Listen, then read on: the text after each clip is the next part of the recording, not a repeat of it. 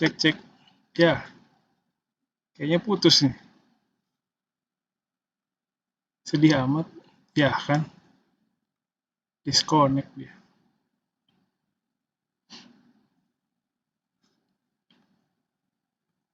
Ya, oke, sorry. Keputus ya tadi ya. Sensei, putusnya Sama- pas Sensei lagi nyengir Sensei. Ya, mohon maaf mengiritasi mata ya. Oke. Ya, Enggak, Sensei. mm-mm. Kalau kalian frekuensi potong rambutnya gimana? Setahun sekali? Kalau dari Suruma Sensei. Oke. Sip, sip. Kalau saya sering potong rambut ya, sekarang itu seminggu sekali saya potong rambut.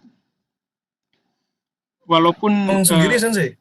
potong sendiri selama ini sih, cuman Wow. ya kayaknya banyak komplain juga dari keluarga saya itu kenapa begitu gitu. Jadi kayaknya hari ini mau potong di tempat tukang ini aja, tukang cukur gitu.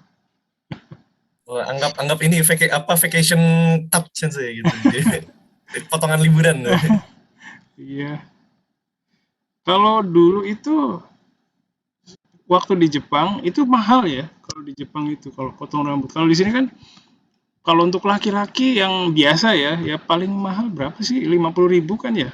Dua potong rambut di mana dulu Sensei? Iya. Kalau potong rambut di pasar paling mahal 20.000. Nah, gitu kan. Rata-rata segitu kan ya. Terus iya paling misalnya ke yang apa yang fancy-fancy gitu kan. Kalau di pinggir-pinggir jalan tuh sekarang suka ada tuh apa namanya? Stylish gitu, Sensei. Barbershop gitu ya. Sensei barbershop. AC tempatnya. Potong rambut Asgar Sensei banyak. Iya. Asgar ya. Iya kalau apa namanya? Kalau di sini murah ya. Kalau di Jepang itu mahal ya. Jadi potong yang model Asgar aja di Jepang ya nggak ini sih maksudnya standar gitu yang kita tuh nggak bisa cerewet gitu loh. Minta ini dong nggak bisa. Nanti dikeplak mungkin ya sama itu. Jangan minta yang macam-macam. Bayarnya murah ya. Dulu paling minta rapiin ya. dulu itu paling murah 1.000 yen ya. Kalau dirupiahin berarti 100.000 150-an gitu. Itu juga sekitar segitu iya. Dan dulu itu karena ya saya tuh nggak pede orangnya, jadi visualnya udah begini, jadi aduh kalau nggak kelihatan bersih itu ya saya agak ada insecurity gitu ya. Jadi hampir sebulan sekali dulu kalau di Jepang ya, sebulan sekali itu potong rambut ya. Terus pernah waktu itu karena baitonya lagi sepi, nggak punya uang, jadi saya nggak potong berapa bulan gitu, terus agak kribo gitu ya. Gitu. Style baru Sensei. Tapi ya dulu itu ya sebulan sekali kalau di Jepang ya. Terus pas akhir-akhir kan saya terakhir itu pulang 2018. Nah pas tahun 2016, 17, 18 itu lebih sering potong rambutnya. Ya jadi itu di Jepang apa di Indonesia? Sensei? Waktu di Jepang ya. Wow. Jadi bisa sebulan 2 kali, jadi 2 minggu sekali itu saya pergi ke tukang cukur dan selalu orang yang sama saya selalu minta ya. Nah, itu 2.000 yen dong berarti saya sebulan. Iya. Waduh. Aduh. Tapi setelah kalau yang 1.000 yen itu kan saya nggak bisa minta-minta kan ya, maksudnya nggak bisa request gitu. Nah kalau saya sebenarnya nggak ini sih, cuma di belakang kepala situ ada bekas luka. Ada bulat gitu, terus di tengahnya ada rambut yang tumbuh gitu, agak aneh. Bekas lukanya. Nah, itu jadi saya harus istilahnya minta itu waktu pertama kali ngomongin tentang itu ya, itu susah banget ya. Maksudnya ngedeskripsinya tuh susah gitu. Itu gimana ya? Kan terus saya cari tahu dulu kan bekas luka itu kegano ato gitu. Terus atama no ushiro ni kegano ato ga arimasu gitu ya. Kakushite kite moraimasu ka gitu. Waktu itu masih susah ya ngomongnya ya. Jadi tapi ya apa ya? Berusaha ngobrol semampunya, terus tapi ya tersampaikan, oh ini nanti disembunyiin ya gitu ya. Sama rambut yang di atasnya ya, iya, hai gitu. Ya akhirnya ya bisa ya potong rambut. sesuai dengan ini. Terus ininya modelnya ya, itu selalu pakai mili ukurannya ya, berapa mili gitu. Jadi atasnya itu saya 6 mili, di sininya 5, di bawahnya 4 gitu. Jadi roku goyong deh onegaishimasu gitu. Udah sampai milih kalau di sini mah senti-sentian sensei, atas 3 senti, bawah 1 gitu. Iya dulu sampai segitunya ya. Ya. Karena menurut saya waktu ya selama saya di Jepang kayaknya kerapihan itu ya penting banget ya. Jadi saya berusaha rapih ya, berusaha rambutnya tuh nggak ya biar nggak terlalu ribet gitu ya. Bangun tidur juga udah tertata rapih gitu. Jadi Masa juga. sering potong rambut. Itu Terus tinggal berangkat kerja sensei, udah nggak iya. pakai rapi-rapi lagi. Nah, terus dulu saya juga sering merapihkan kumis, jenggot ya itu saya selalu rapihkan ya. Karena gitu ya kalau di masyarakat Jepang itu seiketsukan, apa itu namanya? Seiketsukan itu kebersihan orang itu ya dilihat juga sih ya. Ya nggak semua sih, maksudnya kalau di pekerjaan itu kan kadang penting juga itu ya. Jadi saya rajin, ini kumis sih selalu saya sisakan ya berapa mili gitu. Tapi dipotong gitu ya. Kalau sekarang ini jembrong gini, nggak terurus. Kalau di Jepang dulu ya rapih lah gitu ya. Gitu. Kalau orang Jepang lebih ekstrim lagi ya, semua dihilangkan nih bulu-bulu di badan itu ya. Mantap sensei. Jadi mulus ya kalau orang Jepang tuh. Keteknya juga nggak berbulu. Ya, laki-laki Jepang begitu. Nggak semua sih.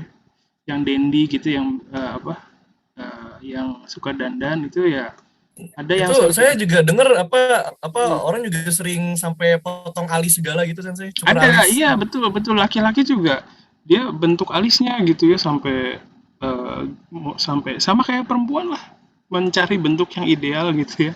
Ada yang kayak gitu ya. Jadi tingkat biisiki kesadaran terhadap kecantikan ya di pria Jepang sangat tinggi ya. Mungkin di Indonesia juga akan kayak gitu ya. Kedepannya nanti mungkin sekarang kan udah ada skincare buat laki-laki kan ya. Dulu kan nggak ada. Sekarang nanti pasti kedepannya gitu dan mungkin udah begitu ya.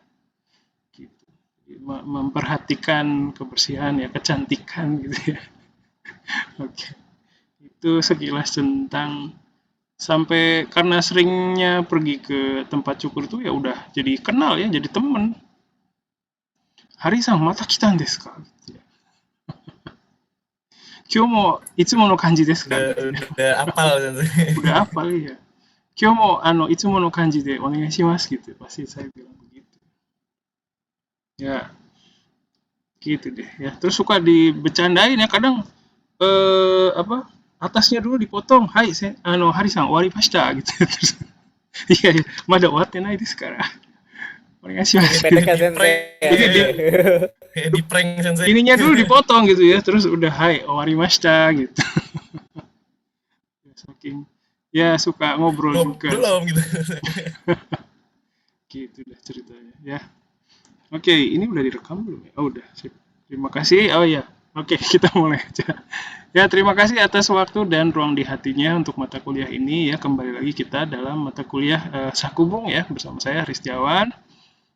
Sebagai pengingat ya, di kuliah ini kita belajar, ya, ingat belajar untuk menulis karangan dalam bahasa Jepang ya.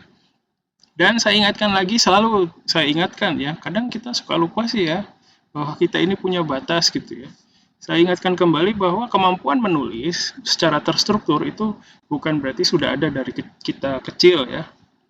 Kalau menulis huruf sih ya sudah mampu mungkin dari 5, 6, 7 tahun ya. Tapi kalau kemampuan menulis secara struktur itu sangat bergantung ke berbagai macam faktor ya. Faktor inputnya ada nggak, suka baca nggak gitu ya. Dan faktor-faktor yang lain. Jadi kalau misalnya kalian merasa tidak mampu menulis itu sekarang ya, apalagi dalam bahasa Jepang, jangankan dalam bahasa Jepang, dalam bahasa Indonesia pun mungkin masih susah ya. Nah itu sangat wajar sekali karena banyak sekali faktor yang mempengaruhi itu ya. Jadi nggak usah nggak usah panik ya, nggak usah insecure ya, karena Justru karena itu ya, dari dasar itu, dari kondisi yang kita terima dulu kondisinya, oh saya kurang bisa nih ngembangin kalimat. Nah, dengan dasar itu kita coba sedikit-sedikit ya mengembangkan kemampuan kita. Ya, terus kemampuan itu akan berkembang ya, diri kita akan berkembang kalau kita itu coba menantang satu pekerjaan yang lebih sulit dari yang kita mampu gitu ya. Jadi misalnya ini kita mampunya segini nih, nah sedikit di atasnya gitu ya. Jadi harus ada kondisi seperti itu. Jadi kalau merasa kesulitan nggak apa-apa, namanya juga masih belajar. Dan di sini juga di perkuliahan ini saya nggak terlalu detail ya, maksudnya bukan berarti mengabaikan ya, tapi saya melihat hanya saja bukan hal yang mempengaruhi nilai-nilai kalian gitu ya. Jadi kalian bisa nyaman belajar di sini, berusaha menyerap ya, menyerap apa namanya cara-cara menulis ya dari saya, dari teman-temannya ya, dengan tingkat kekhawatiran yang rendah lah ya. Diharapkan dengan kondisi seperti itu ya, kita bisa nyaman ya mengembangkan dirinya. Jadi nggak terlalu ya kekhawatiran itu perlu ada ya, nggak bisa nggak ada. Kalau nggak ada sama sekali itu aneh nanti. Harus ada kekhawatiran itu. Jadi makanya Lebih pede ya Sensei. betul betul ya. Jadi tugasnya juga kali ini kan ini ya nulis naskah untuk vlog ya. Jadi apa namanya? Sebelumnya itu saya sudah ajak kalian supaya mencoba mendeskripsikan satu keadaan di satu tempat ya. Itu juga belum saya feedback lebih lanjut sih ya, tapi dari situ saya pikir dapat gambaran ya dari teman-temannya juga. Awalannya di situ pembukaannya, terus tugas utamanya adalah membuat naskah berdasarkan video yang saya buat ya. Terus hari ini rencananya saya pengen dengerin cerita dari kalian nih, mengerjakannya bagaimana, kendalanya apa saja yang dialami, terus barangkali ada yang mau dikonsultasikan ya, bentuk bahasa Jepangnya kayak gini Sensei, menurut Sensei gimana misalnya. Terus Sensei ada kendala mendeskripsikan ini nih, gimana misalnya kalau bahasa Jepangnya kayak gini, gimana Sensei, misalnya kayak gitu ya. Bisa juga seperti itu. Atau saya punya bahasa Indonesianya Sensei kayak gini, terus saya terjemahin bahasa Jepangnya seperti ini, menurut Sensei gimana? Itu juga bisa. Apa aja sih ya konsultasinya, jadi kita ngobrol santai aja hari ini supaya hasil pekerjaan kalian, tugasnya itu bisa lebih baik lagi. Ya, terus satu lagi yang mesti saya ingatkan ya, bahwa saya di sini sebagai fasilitator itu berusaha menyediakan fasilitas ya. Kayak kalian mau jalan, saya kasih jalan ke mana gitu ya, ada tujuannya, terus saya kasih jalan gitu ya. Nah, saya juga perlu tahu apakah jalan yang saya sediakan itu sudah bisa, ya kira-kira bisa membawa kalian ke tujuan itu atau belum gitu. Kan tujuan kita bisa menulis lebih baik ya. Nah, apakah jalan atau fasilitas yang saya berikan itu sudah memenuhi kebutuhan kalian atau belum? Nah, itu juga saya perlu sekali ya feedback seperti itu. Jadi nanti kalau ada ganjalan di hati atau yang kalian pikirkan mengenai mata kuliah ini ya, apapun ya, silakan bisa komunikasikan ke saya. Jangan nanti nunggu udah selesai dulu baru ngomong gitu ya, jangan. Jadi kalau bisa lebih baik dibicarakan sekarang supaya perbaikannya bisa dilakukan segera gitu ya. Biar semua juga apa namanya happy gitu ya. Oke. Kalau misalnya susah ngomong di depan teman-temannya bisa juga japri ya. Jadi santai aja. Oke, jadi itu pendahuluan dari saya. Jadi hari ini seperti yang tadi saya sudah sampaikan, saya pengen dengar ceritanya nih, gimana? Silakan, ada yang mau cerita duluan? Udah selesai naskahnya gimana nih? Udah. Ini belum sih Sensei, baru setengah jadi. Setengah Bahkan ini jadi. Sensei, saya awal-awalnya nyeritain ini kayak legendanya gitu, apa aja apa gimana bisa jadi nama Batu Hiu tuh dari mana asalnya Oh, gitu. ada ya?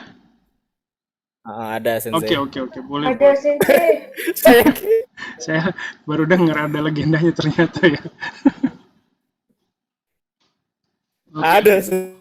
Tapi itu diperhatikan ya. Itu ya Fauzan apa prajurit yang dibuang ke laut.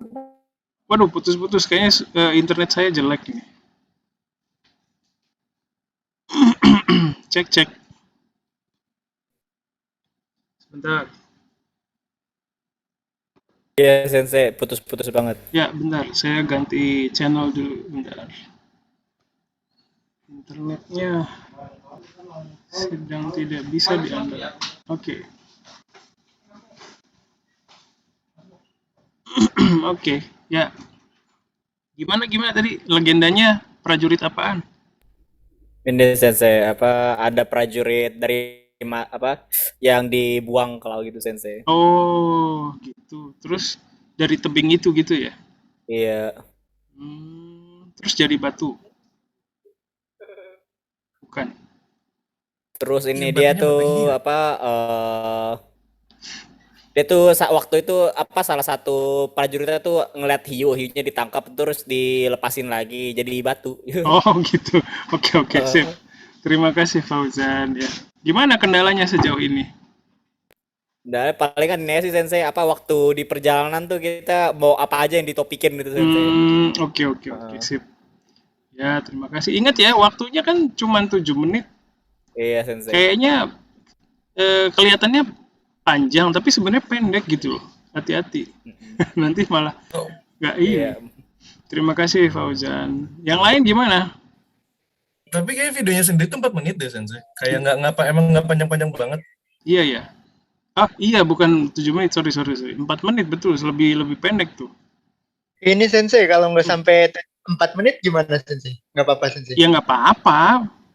Nggak ada. Saya udah coba kan videonya tuh sambil saya gabung-gabungin sama video lain. Soalnya kan yang di depan itu kan Sensei ngambilnya langsung masuk gitu kan ya. Betul. Mulai naskahnya tuh bingung gitu Sensei. Jadi depannya saya tambahin video ini. Oke. Potongan di YouTube sih. Mantap, ya. Silakanlah berkreasi, nggak apa-apa. Saya sih nggak nggak ada, sebenarnya nggak nentuin batasan-batasan ini ya. Maksudnya silakan bebas berkreasi. Saya pengen tahu gitu hasil akhirnya. Saya benar-benar pengen lihat nih hasil imajinasi kalian gimana nih gitu kreasinya.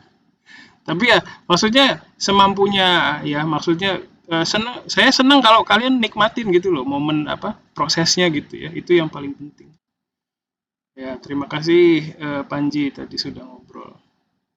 Nggak apa-apa digabung-gabung ya, jadiin supaya jadi lucu lagi, jadi lebih menarik ya. Silakan. Ada lagi yang lain? Silakan. Ini Sensei, saya baca-baca di Google gitu kan, katanya di sana ada penangkaran penyu ya. Itu Ada betul ada. Sensei ke situ nggak waktu itu? Sayang sekali tidak. Ya.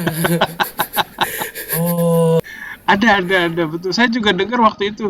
Saya juga sebenarnya pengen ke sana ya, lumayan buat konten gitu kan. Tapi ternyata Iya, waktu Sensei, tidak saya pengen nanya mengizinkan. pengalaman Sensei, taunya nggak sono. Sorry ya. Sip. Makasih Iqbal. dia jauh. Silakan yang lain. Barangkali ada lagi. Apa aja boleh kok. Ceritanya misalnya bahasa Jepangnya, saya kesulitan bahasa Jepangnya Sensei gitu ya. Di Anda gimana kelompoknya?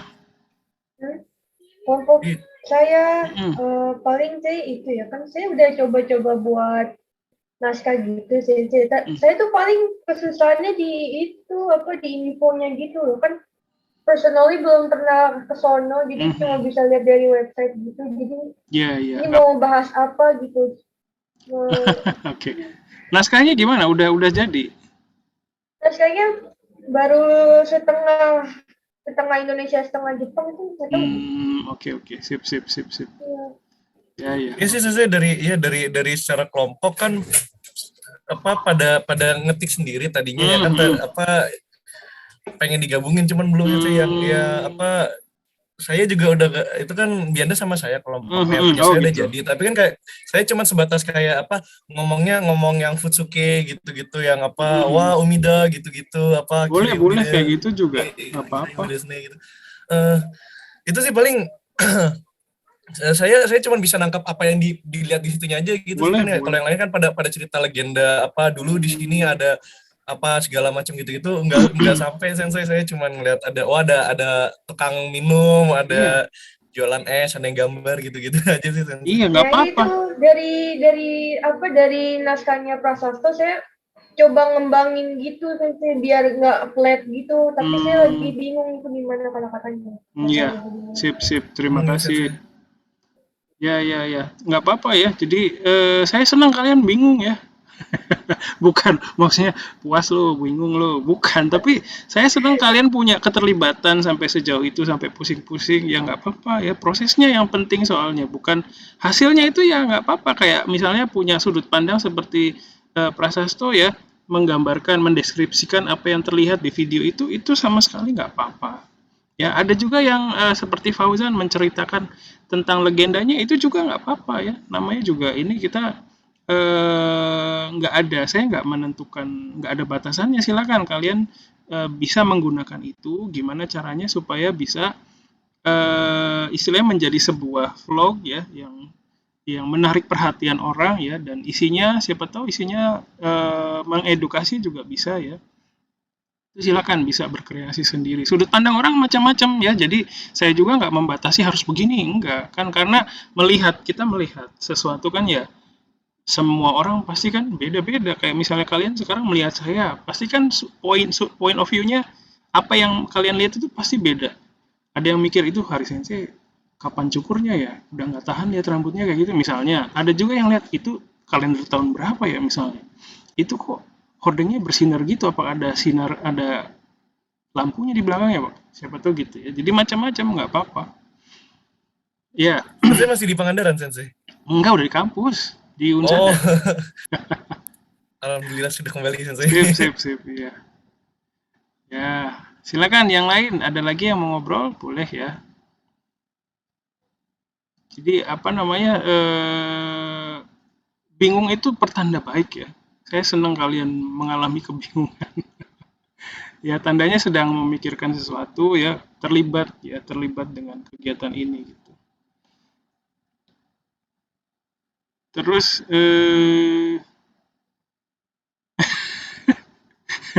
ini ada pesan dari Mone ini. Katanya Mone lagi di salon. Kata orang salonnya, saya kayak guru agama. Loh, kok gitu, Sensei? Ya, berarti ada ini ya, berarti alhamdulillah, berarti image saya bagus gitu ya. Ada impression ya. gitu, ada impression, Ya. suatu impression gitu. Ya, saya ucapkan terima kasih kepada orang yang mengurusi rambutnya Mone. Itu model standar kayak berarti, Sensei. Ya, oke. Terima kasih. Iya, kayak guru agama ya. Mone santai aja, nggak apa-apa, bercanda. Sip. Silakan yang lain mau curhat, boleh. Silakan, ada lagi. Barangkali kan kekhawatirannya masing-masing beda ya. Silakan. Iya, kayak guru agama, kayak konsultasi ya. Konsultasi kesehatan jiwa. Aduh. Silakan. Boleh kalau yang nyalonnya Mone mau curhat juga. Enggak sensei. Canda. Ya, oke. Sebenarnya kalau misalnya hari ini lengkap ya, itu saya pengen sih bikin breakout room gitu ya. Tadi saya kepikiran gitu. Hanya saja kayaknya hari ini nggak lengkap, nggak datang semua. Jadi hari ini juga saya sebenarnya cuma konfirmasi aja apa yang kalian hadapi. Iya, Sensei, hari ini sedang banyak yang bioki, Sensei. Iya, nggak apa-apa ya. Jadi saya sih nggak masalah ya kalau nggak datang itu. Hanya saja kalau memang seperti yang udah pernah saya sampaikan ya, kalau secara fisik nggak bisa ikut Zoom, ngedengerin aja nggak apa-apa. Jangan minta maaf ya. Terus nggak hadir, nanti saya nonton Sensei videonya, itu nggak apa-apa ya. Jadi asal ada penggantinya gitu loh, itu nggak masalah buat saya. Belajar itu sekarang harus merdeka ya, harus bisa terlepas dari apa namanya, ikatan-ikatan ya yang dulu ada. Misalnya harus ada di sini, harus on cam ya. Kita juga nggak tahu ya on cam sekarang kan bisa diakalin ya kan. Misalnya saya rekam dulu nih video saya ini lagi diem gini sambil kedip-kedip gitu kan. Terus saya jadiin virtual background, udah jadi saya ada on cam gitu kan ya. Jadi apa ya, zaman sekarang tuh udah nggak bisa mengontrol orang tuh susah gitu. Jadi saya berhenti berusaha itu gitu. Jadi makanya saya berusaha ngajak ya mahasiswa supaya bisa belajarnya itu merdeka, nggak mesti terikat sama yang udah ada sebelumnya gitu. Mau sambil apa namanya di kamar mandi ya sambil nyanyi-nyanyi dengerin suara saya gitu kuliah atau ada yang mau Sudah sambil tidur ya sensei suaranya ini bikin saya ngantuk jadi saya iya nggak apa-apa saya ikhlas bisa seperti itu. Tapi ya maksudnya ada konsekuensinya gitu loh nggak apa-apa nggak gitu tapi nanti silakan ditonton videonya ya terus berkoordinasi sama teman-temannya ya silakan ya jadi bukan nggak mesti dari saya sumber ilmu pengetahuan itu ya gitu ya ada lagi yang lain silakan ya betul Sensei. Itu hari ini sudah belajar tuh sudah tidak terikat ruang dan waktu Sensei. ya Bisa di mana saja, betul kapan saja. terima kasih Pras iya betul betul jadi ada yang pernah nonton Matrix nggak film Matrix namanya Wah, yang baru pertama doang Ya, Sensei yang pertama. nonton. zaman dulu ya zaman apa itu zaman saya kuliah Apa 90-an nih? Iya. Udah lama banget Sensei. kecil. iya waktu itu saya nonton itu dan terinspirasi ya dari film itu karena sebenarnya Matrix itu ngajarin maksudnya ngasih tahu hal yang bisa kita lakukan kalau kita bebas dari ikatan-ikatan yang ada gitu jadi kayak si Neo-nya itu kan yang jadi tokohnya itu kan tokoh utamanya Neo ya Neo Kayak itu. itu kan dia sebenarnya Keanu bisa Reeves. betul bisa ini kan bisa melakukan hal-hal yang luar biasa di Matrix itu tapi karena dia terikat sama pikiran-pikirannya dia sendiri jadi nggak bebas gitu loh tapi setelah bebas dia bisa macem-macem gitu ya jadi saya pikir itu juga sama dengan kondisi sekarang ya kalau kita terikat sama mata-mata orang ya misalnya kayak ada yang ngeliatin padahal nggak ada yang ngeliatin gitu ya nggak enak sama ini nggak enak sama Sensei itu kadang ya. merasa ada yang ngeliatin padahal mah cuma apa Iya kan? kepedean doang, Paranoid ya. Iya, saya juga suka merasa gitu. Sama saya pikir semua orang juga sama ya. Jadi kayak udah kuliah nih kan. Terus segala macam tuh kayak dinilai gitu loh. Padahal saya cuma nilai hasil pekerjaan kalian aja bukan kalian misalnya ngomong anjir gitu misalnya di kelas saya nggak ngurusin itu gitu padahal ya. Jadi apa ya? Saya pengen kita tuh maju gitu nggak terbelakang maksudnya cara belajarnya ya nggak tradisional yang harus diem gini baik pak baik begitu gitu doang justru membosankan gitu mendingan kalian saya lebih senang sama mahasiswa yang membangkang gitu ya punya pikiran yang beda punya pikiran yang lain gitu itu justru lebih menantang buat saya gitu ya jadi sorry itu pikiran saya mengenai pendidikan sih jadi kadang prihatin juga sih karena kita dari SD sampai sekarang kan diajarinnya sesuatu yang pasti gitu ya dikasih instruksi terus ya nggak bisa memutuskan hal-hal kita sendiri ya itu memprihatinkan sekali dan itu mengakar ya sampai kalian ketika udah di masyarakat itu jadi apa ya Membatasi inisiatif kemanusiaan gitu ya Sensei. betul, Membatasi potensi kita gitu sebagai manusia. inisiatifnya jadi terkurung gitu ya kita harus bisa membebaskan iya saya jadi kayak guru agama ya Waduh, nggak apa-apa sih, yang penting baik gitu. Yang penting tujuannya mantep gitu untuk kemajuan kemanusiaan Sensei. Sip. Iya, jadi saya pengen bikin kelas tuh yang gitu ya, yang enak belajar itu bisa maju kayak di luar negeri gitu ya, bisa seru. Gitu. Sip. Terima kasih udah dengerin cerita saya. Nggak ada lagi nih. Nggak ada lagi.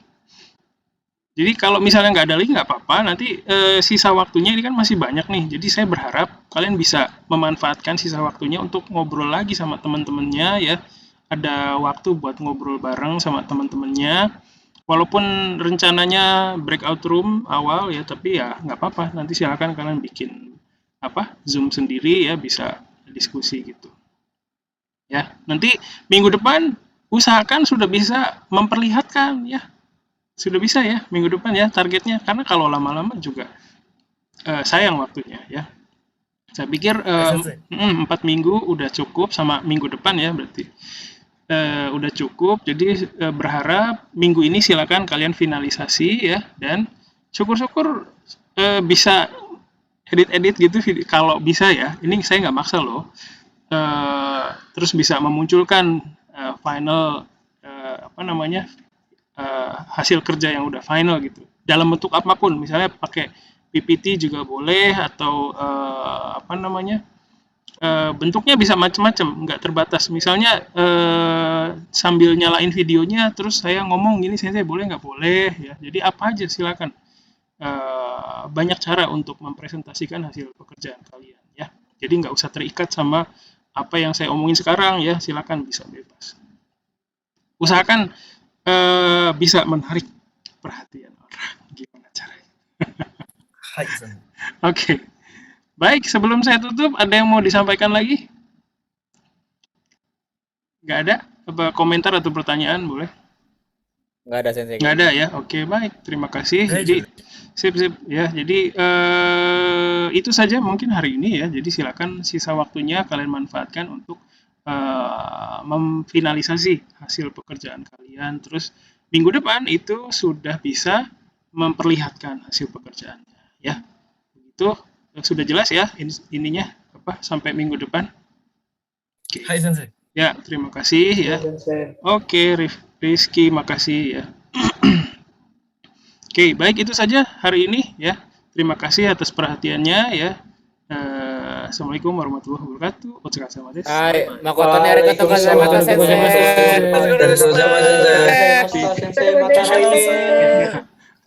Sensei. Hai. 失礼します。